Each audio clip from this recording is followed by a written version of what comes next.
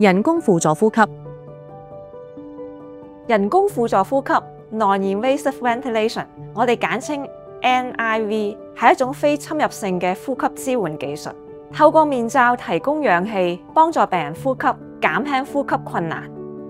非侵入性呼吸機主要用於幫助呼吸困難嘅病人，例如急性呼吸衰竭、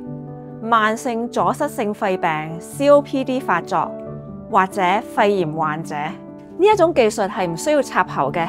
對於病人嚟講，個侵入性係相對低一啲，亦都可以改善到氧氣供應，同埋增加肺部嘅換氣能力。NIV 喺特定急性病發時可以穩定病情，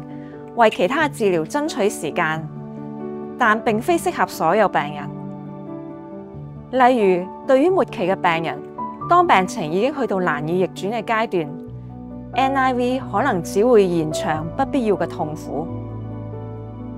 使用 NIV 會唔會有咩風險㗎？NIV 喺某啲情況之下的確可以幫助病人，但可能會引起以下嘅併發症。長時間戴住面罩可能導致面部壓力點位置出現紅腫或者係皮膚損傷。另外，因為氣流可能會進入胃部，導致病人會感到腹脹或者係唔舒服。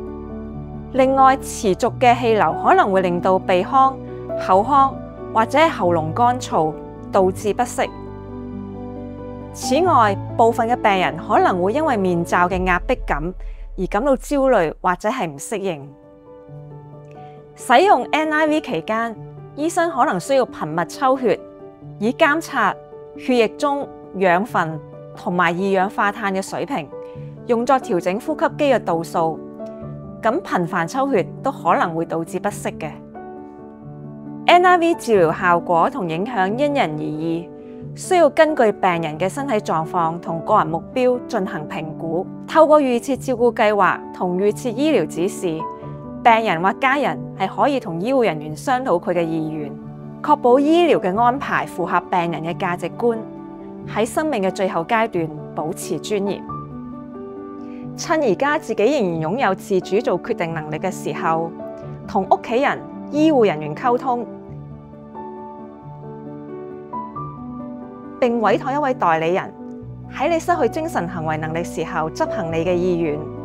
確保你喺最後嘅日子獲得適合自己嘅照顧。如果病人而家已經失去咗自主做決定嘅能力，但同時未有預設照顧計劃或者係預設醫療指示，屋企人都可以同醫護人員商討，為病人設立預設照顧計劃嘅。